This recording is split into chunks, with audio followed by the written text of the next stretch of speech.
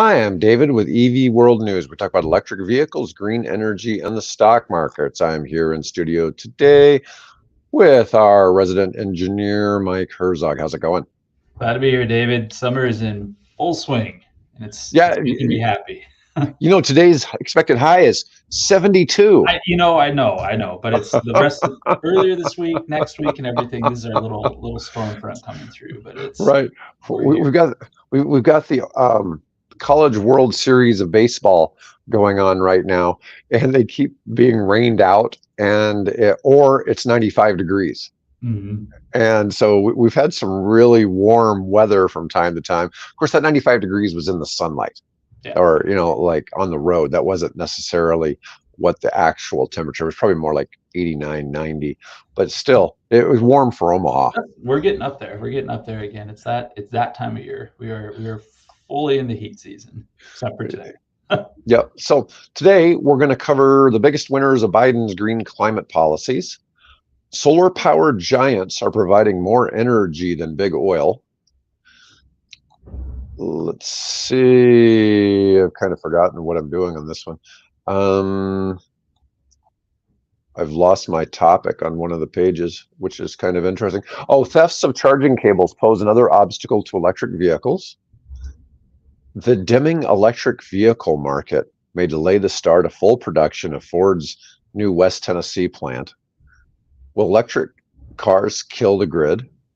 And how the U.S. Navy is making electric vehicle batteries better. So we're gonna Nice mix. There's some ups, Yeah. there's some downs. It's healthy. Yeah. Well, when I get something that's kind of crappy news about EVs, I like to cover those too.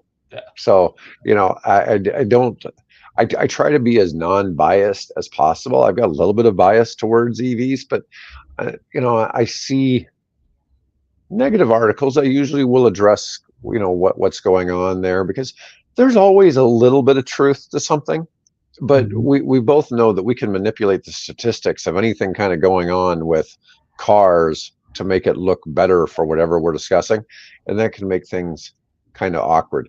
But one of the big ones I want to start with, and I've talked about this a lot, is the biggest winners of Biden's green climate policies are Republicans. And this article's from CNN, so you can take that any way you like it. But when the IRA passed, Republican Representative Richard Hudson of North Carolina complained it was a boondoggle. Well, I get that, because we've talked about the whole Solyndra thing. It was clearly a boondoggle, but that was what, 12 years ago? Yeah. Yeah. So the Inflation Reduction Act, which contained the largest climate investment in U.S. history, would throw money at woke climate and social programs that won't work, including over $350 billion for Green New Deal initiatives, Hudson said in a statement after it was passed. But now his district gets the second. His state, his district, in fact. His district, not just his state, his district has gotten 12.7 billion in private investment. Okay, most of this from Toyota. Okay, so they're expanding a gargantuan car battery plant that has tripled in size since it was first announced. The factory will span the length of 756 football fields. That's a good American measurement system there. We measure things. So we don't use feet or yards or meters or any of that.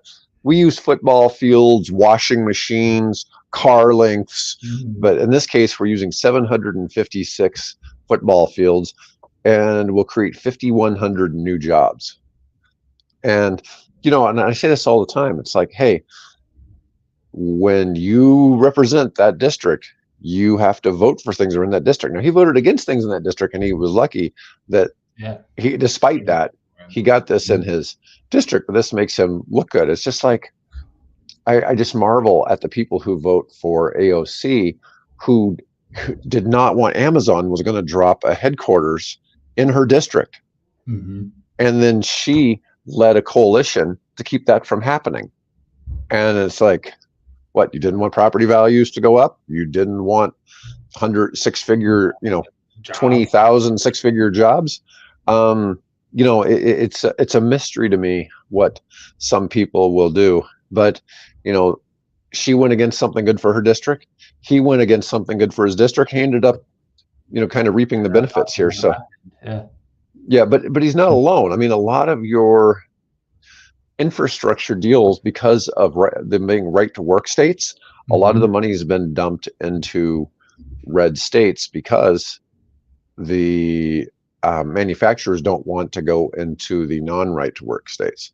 Well, So you and I have talked about this before.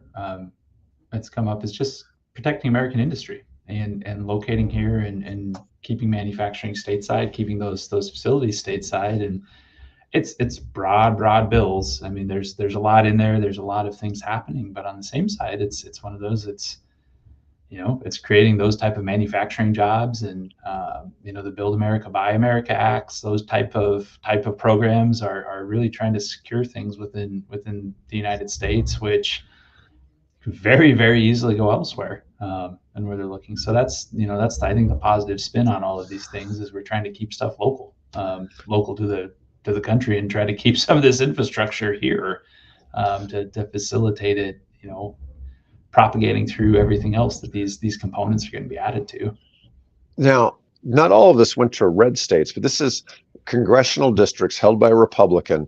268.5 billion has gone there, and in congressional districts run by a Democrat, it's been 77 billion. Now, to prove that we don't really need people in Congress, we could just abolish Congress. Vacant also got 0.4 billion. So if Vacant was more popular, I think it would have done all right.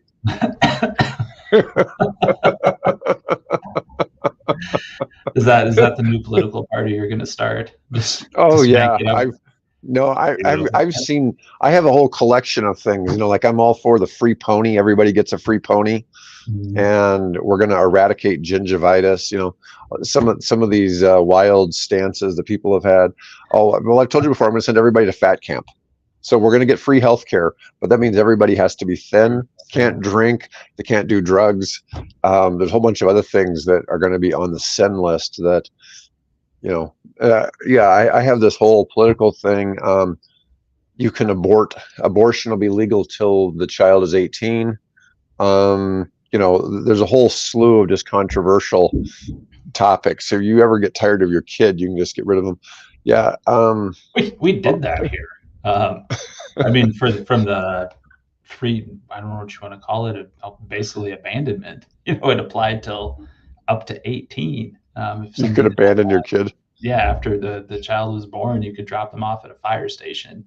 Right. Certainly, like newborn babies, let's get them in the right people in the right hands. But the first slew of people were teenagers. I shouldn't be laughing at it because that's what a horrible thing. But I know. That's what people did. I'm kidding. Yeah. It's truly one of those, like, it happened. It dropped off teenagers at the fire station. I joke about most of these, but it's just like I'd have these wild ideas that are like, here's one group party's stance, here's the other party's stance. I've got a completely different idea. We're going a completely different direction. Yeah, that's why you don't want me as your politician. Anyways, this is an interesting map, though. I mean, I like how they have it presented, and you can kind of see where these different locations are and how they stand out, and certainly where they're clustered.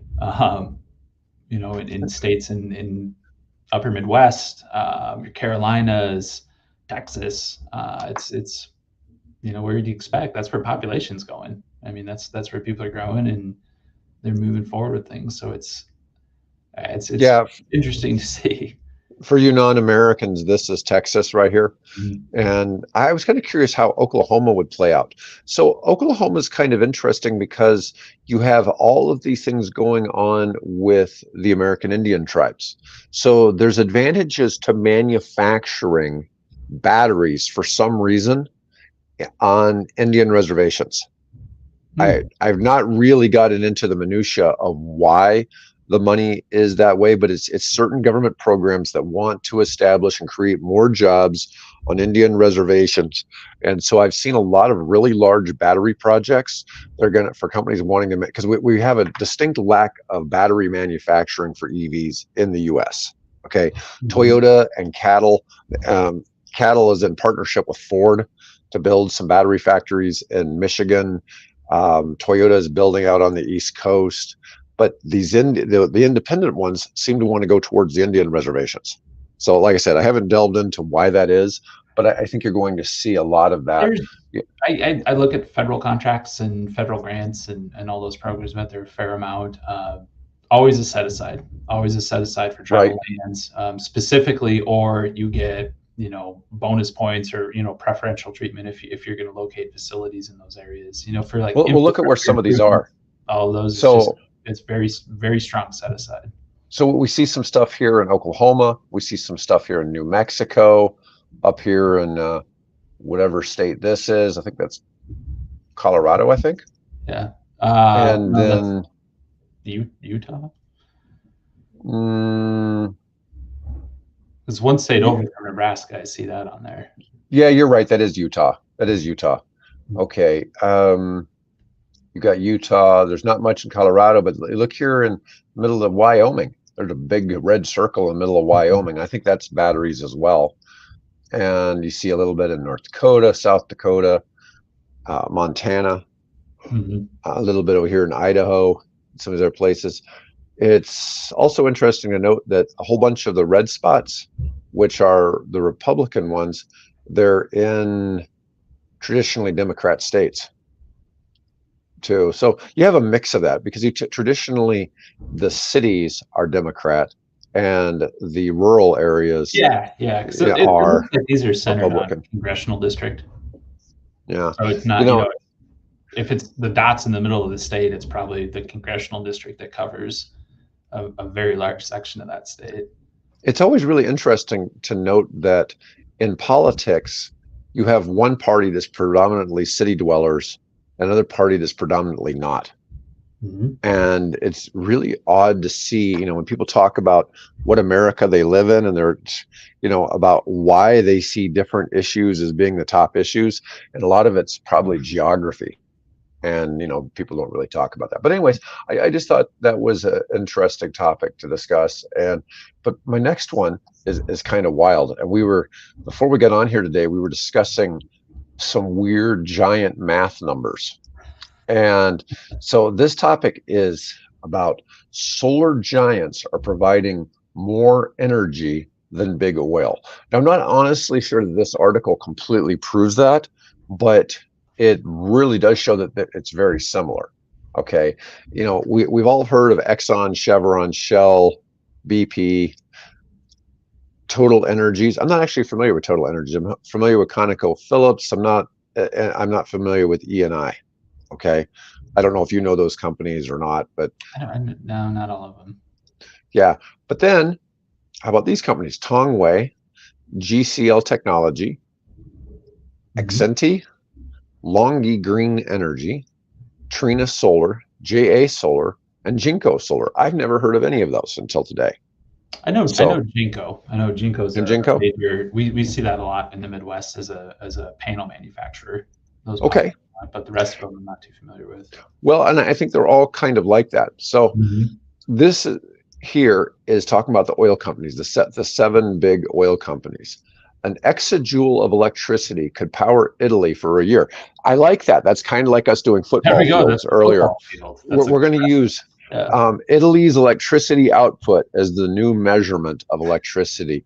1 exajoule equals 1 Italy. Okay. Italy is probably easier to say. So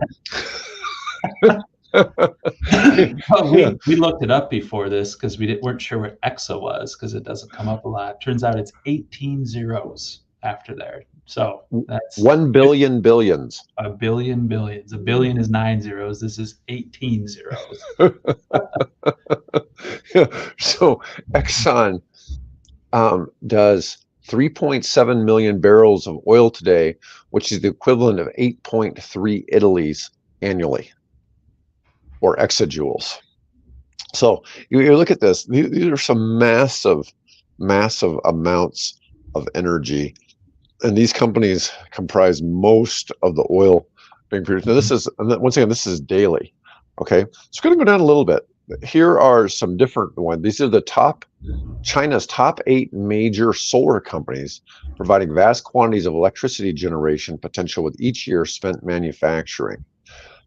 I don't know what the significance of the polysilicon kilotons, but the gigawatts of solar panels. This top one's 228 gigawatts of solar panels. I forget what the numbers represent compared to housing, but this was electricity in terawatt hours per year. Once again, it's not really apples to apples against the oil companies, but the amount of useful energy being provided by the big solar is on par with big oil. So here's where those equivalents fit in. Yeah. So this would be your, 8 Italies right here. And here's where Tongwei would fit in with their solar. That's a lot of energy when you think about how big Exxon is. Would not have thought that one of these solar companies was even coming close to creating think it would a not similar amount of power anywhere close. And just the energy density of oil. I mean, you'd think it would not be comparable at all. But it's interesting to see. It's a good comparison. It's a good scale. And what I like about this is it's the whole picture. Earth is a closed system. We have energy needs. We produce things. We put it out there, and it's looking at it at these bigger scales of. Obviously, they're doing different things. Oil's providing a different type of energy for a different use case than solar is, but starting to look at these things apples to apples. And what I'd love to see is an extension of this. Of you start to put in production costs, you start to put in raw materials, you start to put in all of these other elements, shipping. How do you get these things across? So here's the totality to get one unit of energy out of oil versus one unit of energy out of a solar panel. Here's all of the costs that were associated with it. I one time had somebody comment on a video that said it took 100 pounds of coal to fuel a Tesla. Well, if you had a Tesla long range with a 100 kilowatt hour battery, 1 pound of coal is roughly equal to 1 kilowatt hour of energy. Okay. And so in reality, that was basically true. But at the same time, that car was 4 times as efficient as a gas car. Okay. So, if you wanted to say that if Tesla was using 100 pounds, then a gas car to do the same driving is using the equivalent of 400 pounds of coal to get that tank of gas, but they're not extracting the same thing. In one place they're extracting oil, and another place they're extracting coal. But ultimately they're still being used to produce energy, which is more efficient. Now, isn't LNG a little bit more efficient than coal? I don't know exactly on the combustion rates on those, how efficient it is. I know how it fits into the system, its use in the system. I'm talking the electric grid and how those things are their primary use. It has different advantages for sure. Quick fire. It's cleaner. Storage, it's cleaner though. Burns cleaner. It does all of these things that happen with it. But as far as kind of going back to that question of here's our big picture, we're all a closed system, how do all this fit in? I couldn't speak to it. I'm not 100% sure. Okay. The amount of energy that Chinese solar firms can provide before major reinvestment is far ahead of the equivalent for big oil. So it's showing here that Tongwei could be 20, 30%, 40% bigger than Exxon. So the potential is there for these solar companies to actually be producing more energy than oil. Now, what was it?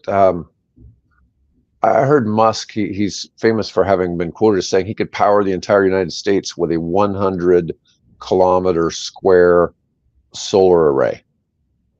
100-kilometer square. Yeah, he said like basically 100-kilometer by 100-kilometer, and he could power the entire United States. Now, you also have the issue, though, like we talked about before, you have to transmit it and all that. There are all these other issues. So obviously, you couldn't have the whole 100 by 100 kilometers or 10,000 square kilometers in one spot. You'd have to have it all over to be able to spread it out. But I like seeing those comparisons, and it gives. We're talking about Italy. We're talking about football fields. Maybe we need to speak in terms of football fields of what you would need, but it makes it less daunting if you're looking at it from the outside of like, gosh, how would we ever do that? How much solar would we actually need to cover all of our needs and do these things? It's like, well, here's a number. This is what it would actually look like if we put this out there. And I bet if Now, we looked at that on a map and you zoom out and you zoom out and you zoom out, it's not a very big square. It's, oh, well, that's not a lot. Now, yeah, like exactly like you said, there's 19 other things, 1900 other things that go into making that feasible and practical, but you got to start with that moonshot. You got to start with that vision of this is what it would actually take. Now, how could we do it? It's practical. It's not like, we have to cover the state of Connecticut, or half the state of right. Texas or something. It's not that big. Back when I was a child, I recall that we could only buy gas every other day. Okay, because of it would depend on how your license plate ended, whether it was odd or even. It determined which day of the week you could buy gas, or days of the week. And this is because OPEC was telling us that the world was running out of oil. And this was back in the 1970s. Okay, the world was running out of oil. And now we now know that not to really be true, but that doesn't mean that wells don't dry up, things like that. But this next chart is the long-term availability of energy from these companies. And when you start doing this, the numbers are no longer even close between the solar and the other. That's expecting that these companies are going to eventually run out of electricity to bring to the market. Well, yeah, and it's, oil has a finite use case. You consume it and that product goes. Whereas I think the idea behind these solar panels is it's continuous. They have a 20-year lifetime, 25-year lifetime, whatever it is. They're going to be producing that energy throughout the course of their life. It's not just a one-time shot. So it's kind of it just makes you think there are so many moving parts in this space. And if somebody actually wanted to sit down and calculate a barrel of oil versus a solar panel, all the energy that goes into it versus all the energy that's going to come out of it, I'd love to see that. I don't know if anybody's ever done it. No, it's a different measure of how power is generated, I guess. Mm-hmm. I look at LNG because it's more similar to fuel or to petrol. But anyway, it was a good chat, if nothing else, on that topic. All right, so theft of charging cables pose another obstacle to electric vehicles. This is quite fascinating. People are stealing charging cables so that they can get the copper wiring. Now, I've talked about this before. I've had air conditioners stolen so people could get the copper tubing out of them. I suspect my $1,500 loss probably netted them about $20. They still had a couple hours of work because they had to both get the stuff out of the air conditioning condenser Mm-hmm. and then take it to the recycling place and get paid. Yep. Okay. And I look at that, and in this case, it's the same damn thing. Now, it's probably a lot. I don't know how hard it is to get the copper wiring out of this. I just can't imagine going and snipping electric cables. But apparently So it's not as. my background's for electric utility, Mm-hmm. and it happens. It happened a lot. It happens frequently. A lot of times with very, very bad results, where you would walk into a substation the next morning and the crews would find a pair of shoes, and that was it. And what happened, and people walk into these environments where it's humming around you. Your hair stands up a little bit because of all the power, the high voltage. And I got a pair of bolt cutters. Where can I see some bare copper, or something out there along those lines? And it's scary. So the person, you find the shoes, the human is completely gone. Yeah. Wow. So their buddy carried them out in a very, very bad way. And you see remnants. It just a horrible case. I've also heard of cases where because copper's more efficient than aluminum, and especially at higher currents, you get fewer losses. Where a utility would run in, hey, I underground cable for a new subdivision or development. I'm going to run it all in there, and then whatever reason it wasn't a secure job site, and you would come out and just see the outer casing of it, and they'd say it looked like just somebody peeled a banana. And somehow they pulled it out of the tube. They had the equipment to do it, and just pulled the jacket right off and got the bare copper as it went through. So I imagine an EV cable, if if you had your wits about you, which some of these folks don't have their wits about them when they go and do these things, it's a lower voltage. You have protective elements from, fault currents right there. You walk in and like, whoa, there's 10 pounds of copper, there's 5 pounds of copper, whatever it is, and quick snip in an unsecured site, and you're on your way before anybody knows anything. Yeah, the stolen cables often disable entire stations, forcing EV owners to search desperately for working chargers. And for the owners, the predicament can be exasperating and stressful. Broken down chargers have emerged as the latest obstacle for U.S. automakers in their strenuous effort to convert more Americans to EVs, despite widespread public anxiety about the scarcity of charging stations. About 4 in 10 adults say they believe EVs take too long to charge, don't know of any charging stations nearby. What's funny is, you have this problem, people run off, fill up with gas and then run off. So they had to make it so that you have to prepay for gas. Well, now they're going to have to come up with some other solution, to make this work. Perhaps people are going to have to carry their own cable in the trunk of their car, and or you wonder, like a retractable cable, like your air hose at the fill up station, like it retracts. You pull it out, it comes out. If there's a solution like that out there, and it only comes out if you've already initiated. Yep. To show that you're doing it. I mean, there's going to have to be some solutions there to make that work, or something, with your app unlocks the cable so that you can and it's especially pull it out. Poorly lit parking garages where people come in with a sawzall and cut out a catalytic converter, and be willing to make all of that noise in an area. The difference between that and walking in and one snip and you're on your way and nobody's there. I could see that being a real problem. I mean, a very, very legitimate problem with these. I've always been amazed at how people steal a lot of things. I mean, you think about people used to put cars up on blocks and then they'd steal all the tires.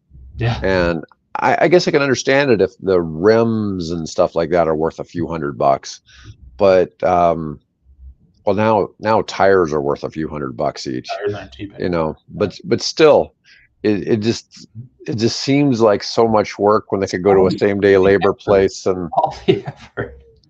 Yeah, all the effort they're going to, and there's a certain amount of danger, like we were talking about, when you're out there trying to clip electric wires.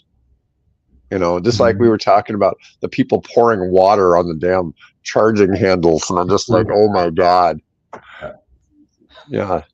So, Hello, Boris. No, I think that's a very eye-opening article and a real problem out there. Yeah, and Boris keeps saying hello, Boris. Yeah, it's just crazy. Stations run by Tesla have been struck in Seattle, Oakland, and Houston. Seattle police have reported 7 cases of cable theft from charging stations, matching the number for all of 2023. Thieves hit Tesla stations 4 times this year compared to just once last year. Well, I think it's only going to get worse as people figure out that's a target. So people are going to have to come up with a creative solution to do that. All right. So this next one is sort of one that looks like a hit piece. It comes from the Tennessee Outlook, is the name of the news source. And dimming electric vehicle market may delay start of full production at Ford's new West Tennessee plant. I'm going to tell you something. So while Ford has gotten a little better with the Mach-E at pricing it a little more competitively all of a sudden so that it's competitive with the Model Y, there's no such thing as an affordable Ford F-150, whether it's gas or electric. Okay, so let's just throw that out there. So trying to say that the EV market is dimming when Ford has 6 months of supply of pickup trucks sitting around the country, it is not a real good argument saying that it's a problem with EVs. Okay, $90,000 trucks are not, the ideal target market, but that isn't Ford's big market. But this is from a state senator in Tennessee named Paige Wall from Savannah, Tennessee, which is nowhere near where the Ford facility is. It's a good 2-hour drive from there. Mm. The Savannah is a nice area. It's sort of down right on top of Mississippi, and the other facility is more going over towards the Mississippi River. It's north of Memphis. It's probably about a 40, let's say 45-minute drive from downtown Memphis to where that facility's at.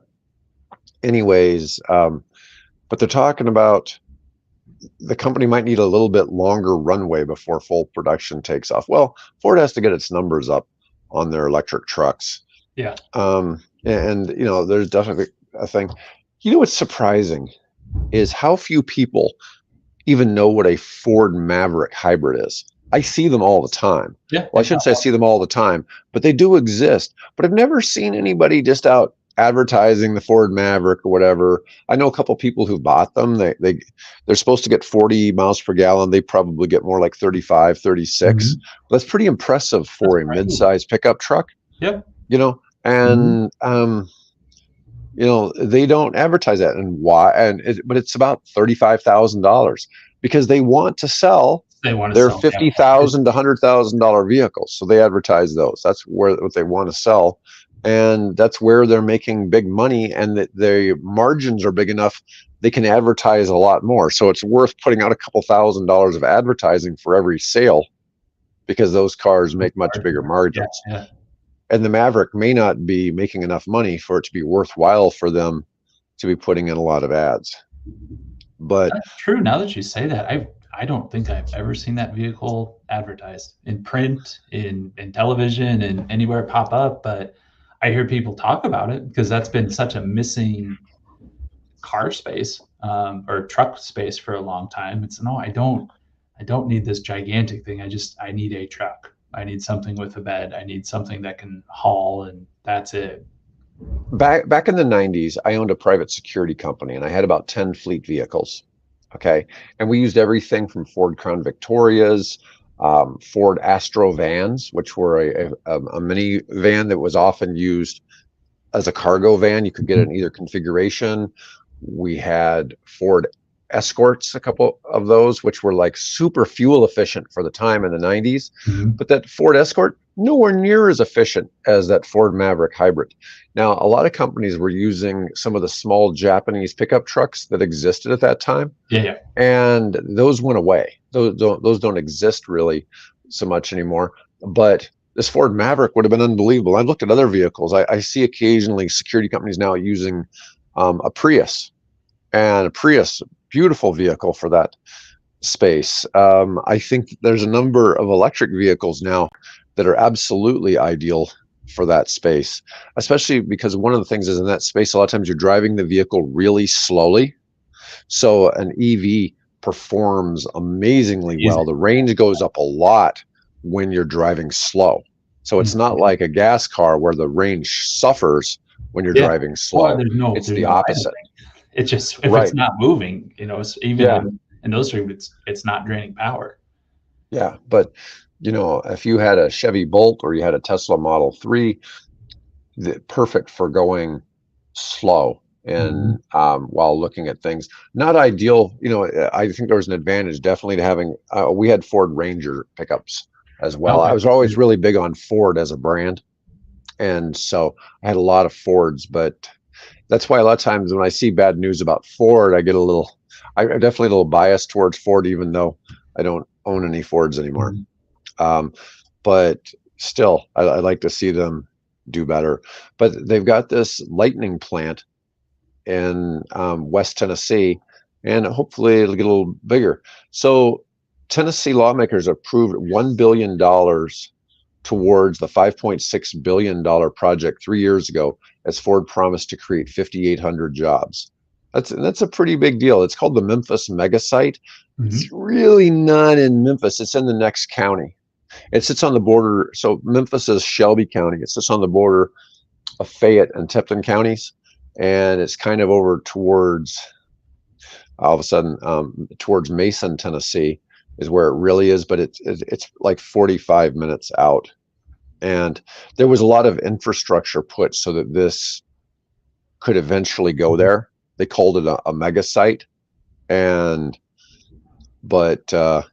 apparently a lot of it's under construction now. There are multiple cranes visible from the interstate, production buildings already under roof.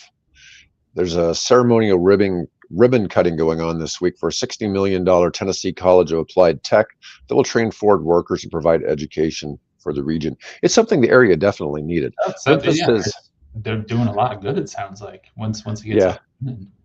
Memphis has needed something in the manufacturing space.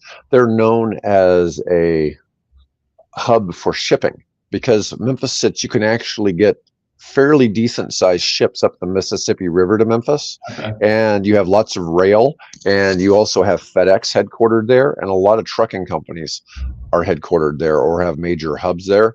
Mm-hmm. And all of the jobs, so like Nike has 2 distribution warehouses on different sides of Memphis, Mm-hmm. and then you have a 4 million square foot Amazon facility on the north side of Memphis. But the north side of Memphis has been devoid. There used to be a number of manufacturing companies in Memphis before the 90s, and they all, the great sucking sound pulled them all out of Memphis and sent them overseas.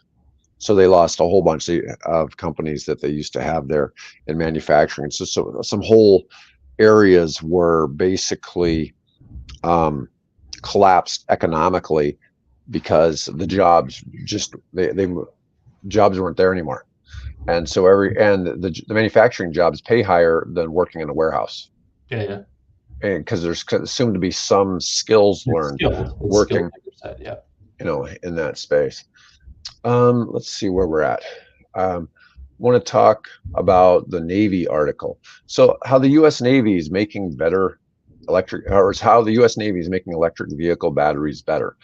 Now, the Navy's long used battery tech. When you think about EVs, think about submarines. Mm-hmm. So traditionally, before nuclear submarines came around, submarines ran diesel on the surface.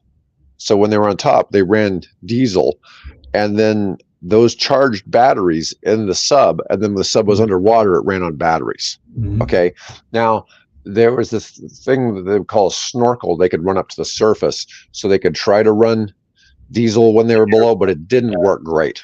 Okay. If they ran the diesel, you basically were poisoning the crew. Mm-hmm. Okay. So makes sense. Yeah. Yeah. So anyways, the Navy's been big on electric vehicles. I mean, you think there's a couple of spaces that have been electrified to some degree for a long time. Submarines, and think about on land trains. Yep. So we have diesel electric trains. We've had those as hybrids for, God knows how many years, 60 years, 100 years. It's been a long time that technologies existed. But anyways, lithium is the choice for most EV batteries, but the Navy is experimenting with zinc in collaboration with U.S. zinc battery startup InZinc.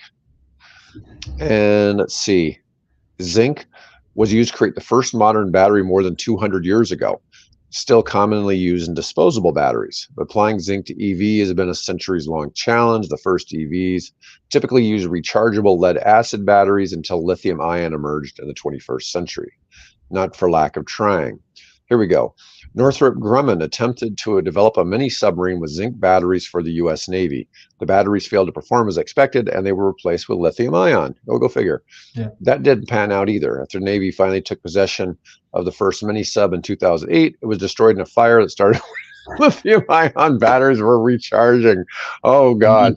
Oh God. Okay. So all you people that hate my channel because everything's catching on fire, this is the article here. This is the one. I'll give you a freebie here. 2008 mini sub caught on fire. Oh my God. I will say that was a different time for even lithium ion batteries, and some of those quick charging improvements and all those things are starting to happen. But that's a fun call out right there. No, it is. But you think about it. If you look at fires over the years, a lot of them have had to do with leafs and bolts built before 2019.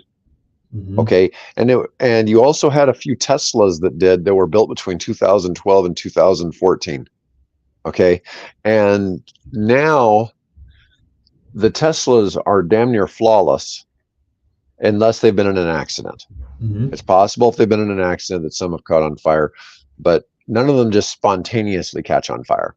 And so it's, it's a completely different situation now with how batteries are done. But this is like, it's little things like that though that pop up. Like, well, remember that one time that submarine caught on fire? Like, because I've never heard of this. This is the first time I've seen this. Yeah. It was probably using a cheap Chinese e-bike battery. Yeah. Which we still might be a problem. But I think that's obviously an innovation space. I mean, the U.S. Department of Defense has, a lot of research and development dollars. And when you think about a submarine or other, and it's mobile, but it's not necessarily subject to the same constraints as a consumer vehicle or a car. We have space. Yeah, you know what? It's a submarine. If it's real heavy, might be okay. It's not the end of the world for us to put it here. So I would expect we're going to see more of that coming down the road as the military starts to move on to their next generation of storage and electric storage, that we might start to see some more snippets of what they've been using and how some of those spaces look from their perspective coming out to the more commercial market. Oh, well, here's that big green energy boondoggle. In 2014, NZinc received a $452,000 grant from the U.S. Department of Energy to collaborate with naval research. $452,000 won't get you very far. I'll tell you that. For a defense research contract, that's a drop in the bucket. I mean, that is nothing. That is absolutely nothing. Okay. I thought that was going to be, million, not thousand. Yeah.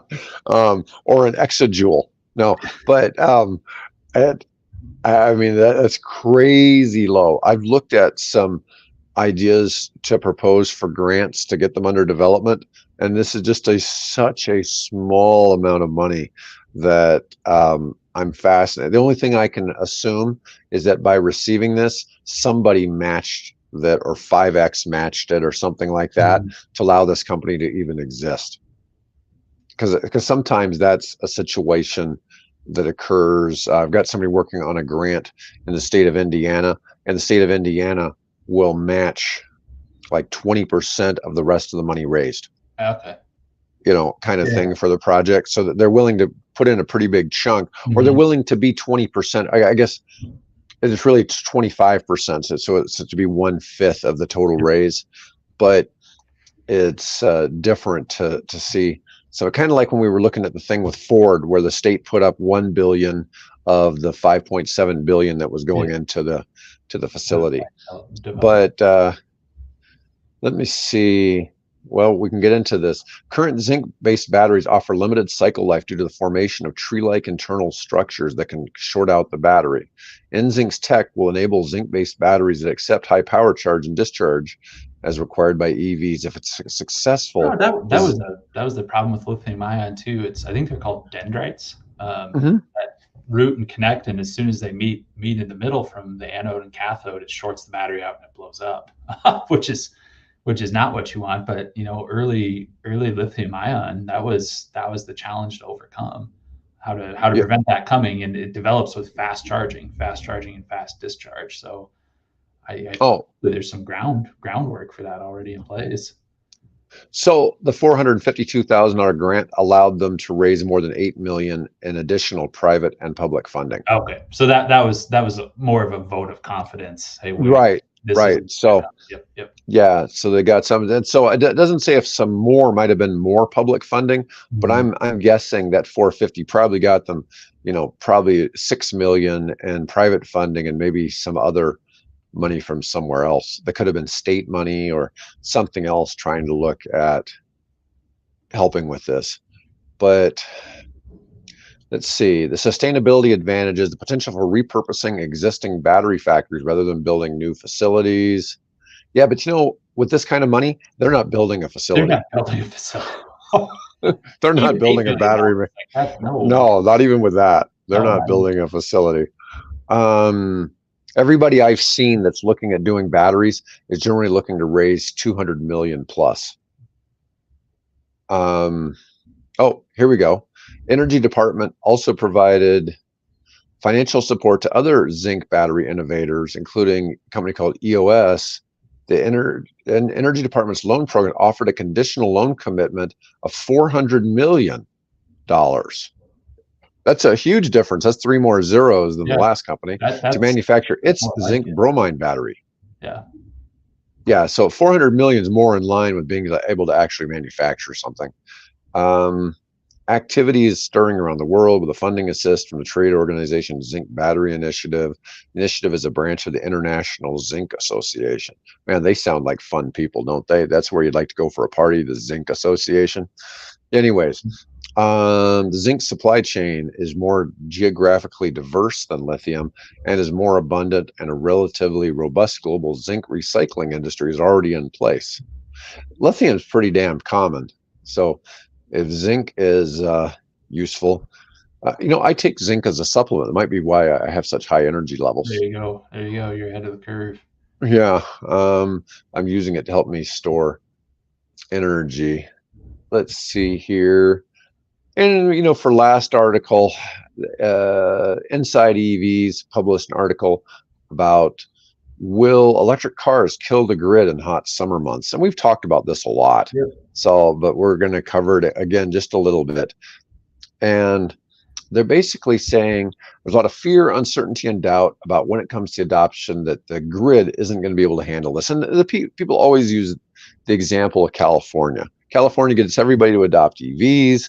Then they're having an air conditioning problem. They're asking people not to run their air conditioners quite so much and not to charge their EVs. But that wasn't really what they said. They didn't say don't charge your EVs. They said don't charge your EVs in the evening time. Yep. Wait till have them charge after midnight, when we have no shortage of power. It's yeah. So this is my bread and butter. This is what I do in concerns in this space and trying to address it and what it looks like. And it is right. You can look at it. We are our highest demand period is right when people come home, left to their own devices. That's what I do. I plug my cell phone in when I get home. I drive an EV. I plug it in when I get home. And the concern is you're adding stress to the grid at its most stressful time already.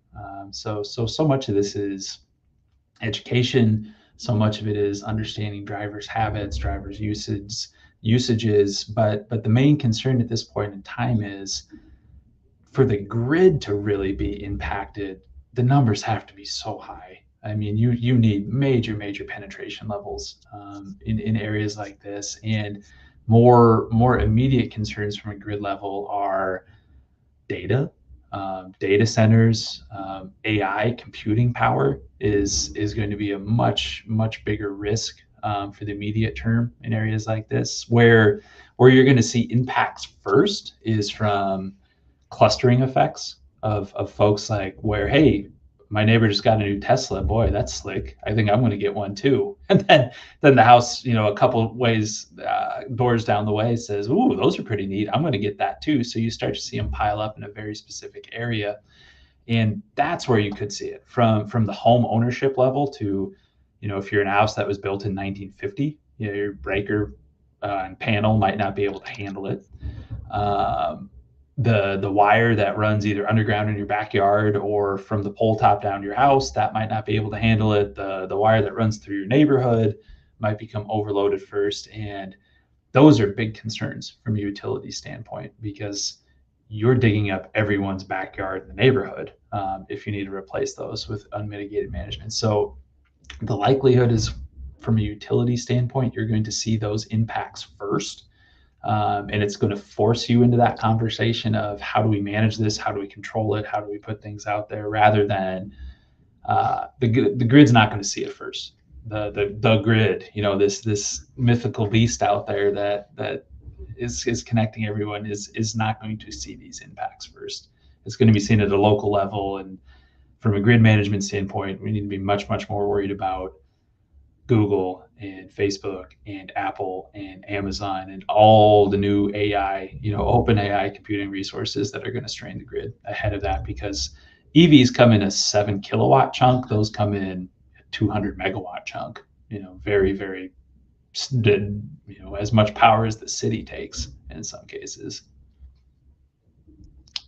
So this article even points out about the data center. It says in New York State, an influx of semiconductor chip fabricators is also spiking demand.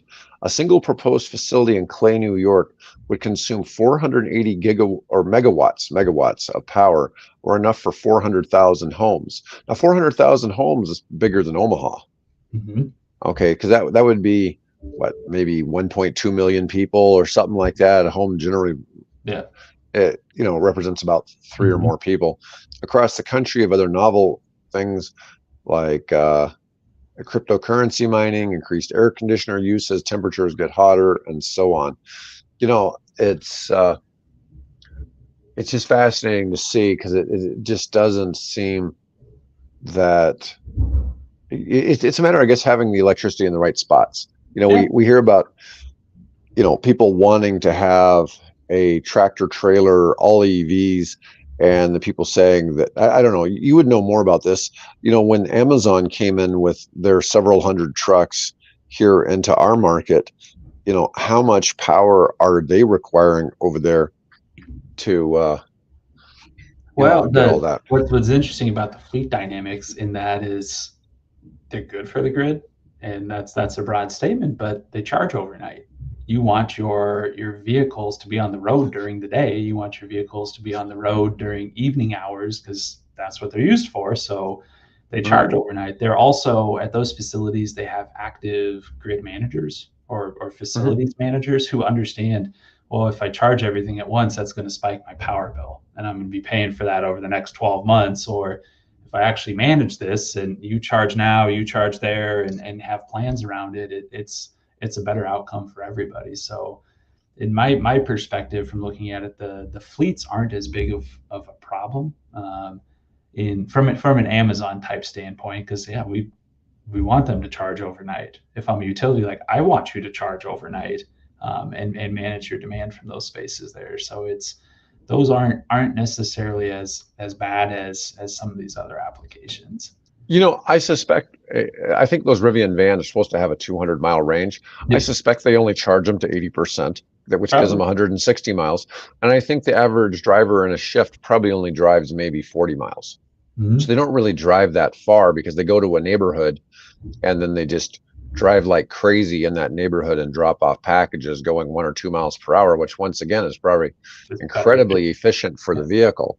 But I've talked to people who drive them, and they're like, they are amazing. They said that, everything from the heated seats, the heated steering wheel, there's all these features that the Rivian vans have in them for Amazon. That's really quite amazing. But it's still, when I see this argument that the max power pull for a place with a bunch of trucks could be really substantial if they were all, in particular, trying to supercharge at once. And I guess if you had tractor trailers where they have a 400 or 500 kilowatt hour battery, obviously a level 2 charging isn't going to cut it. So you're going to have superchargers there, even to charge them overnight. It's the thing that works against it is people who operate those are savvy, and they're running a business, and demand is ratcheted. Demand charges are ratcheted from a utility standpoint. So whatever your highest 15-minute interval for the entire year is, you pay for that the entire year. So there's direct incentive to, like, I want to lower my instantaneous demand at any point in time, so I don't have to pay for that for the rest of the year. And there's a balance in there. You can't conflict with your business operations, and you still have to be able to do what you do as a business. But there's also this, well, I don't want to carry this ball and chain with me, because we made one mistake for 15 minutes and let everybody plug in at once and created this huge demand spike, and now we have to pay for that throughout the rest of the year. I think if I were that trucking company, I'd be covering my entire roof in solar panels. Yeah. To help with that. So that would be the best bet.